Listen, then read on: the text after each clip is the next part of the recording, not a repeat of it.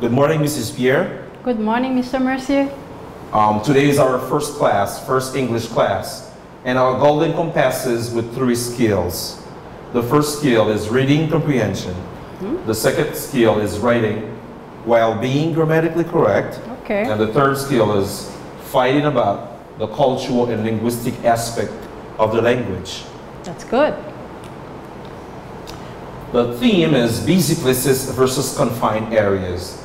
And the skill that we want our students to develop is to write a short paragraph upon this topic using the passive voice. Is that correct? Yes.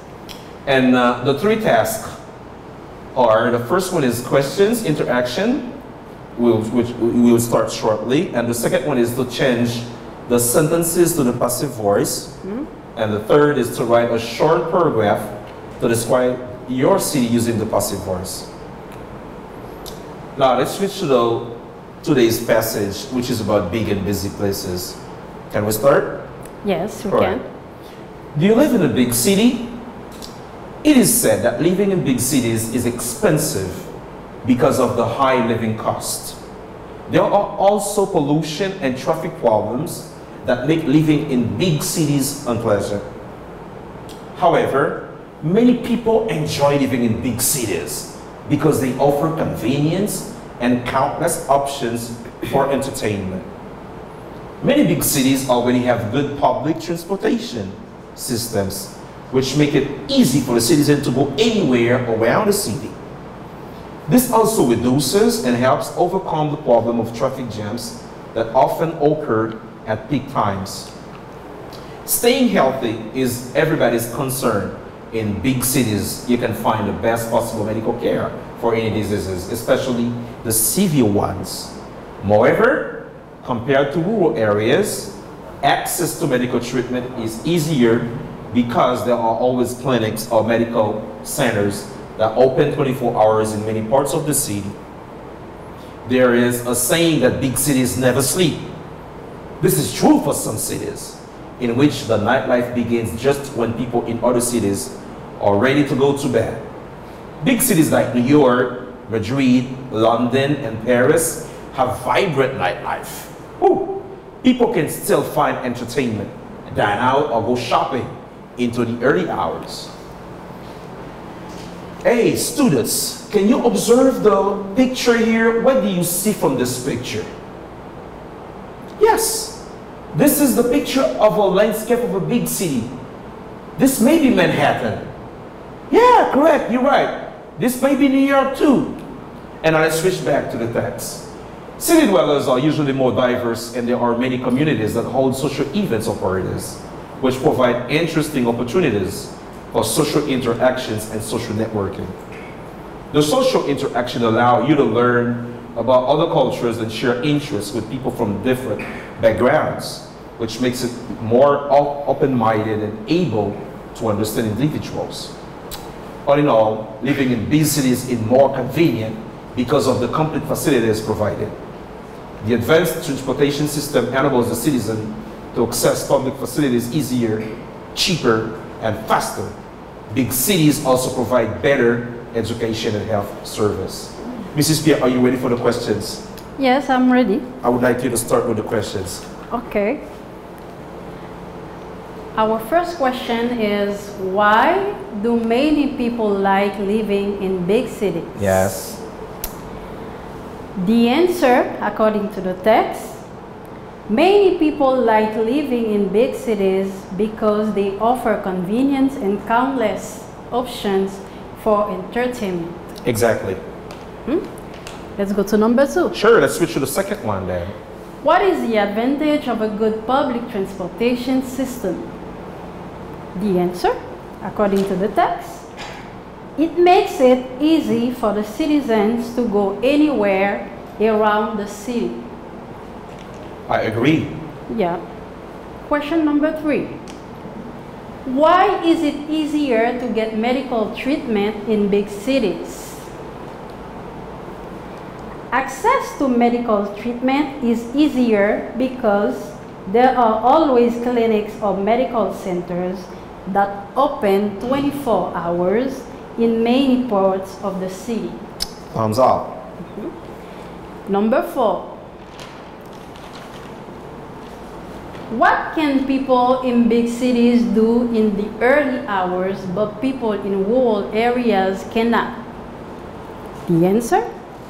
People can still find entertainment, dine out, or go shopping into the early hours. Very good. And that's just the last question, the fifth one. Okay, the fifth question is... Can I read for you the last question? Okay, no problem. What is the benefit of attending social events? Okay. Social events, in the text they say they provide interesting opportunities for social interaction and social networking. I think you get a 5 out of 5. You did an excellent job. Congratulations. Thank you, Mr. Mercier. Mrs. Pierre, what should our students remember or keep in their forehead when it comes to passive voice? Okay, thank you, Mr. Mercier. That's what we are going to talk about. For the passive voice, students should review the passive voice into 4 basic rules. Good. And what is the first rule? It is the places of subject and object will be interchanged in the passive. For example, coronavirus has killed many people from all over the world. In the sentence, you can see coronavirus is the subject and many people is the object. So, what do you mean? In the passive sentence, the subject will be the object and vice versa, correct? Definitely. And the passive of this sentence is many people have been killed by coronavirus from all over the world. So, do you mean that coronavirus is a killer? Definitely. Good. Let's switch to the second one. Number 2, or the second rule, the use of to be plus past participle will be required in a sentence, in a passive sentence. Yeah. The second rule is the use of to be plus past participle. And the rules for using to be plus past participle are different for each tense. Exactly. Let's have an example for the passive voice of the verb destroy. Okay? If you look at the table, as you can see, this chart shows you a large variety of tenses for the verb destroy.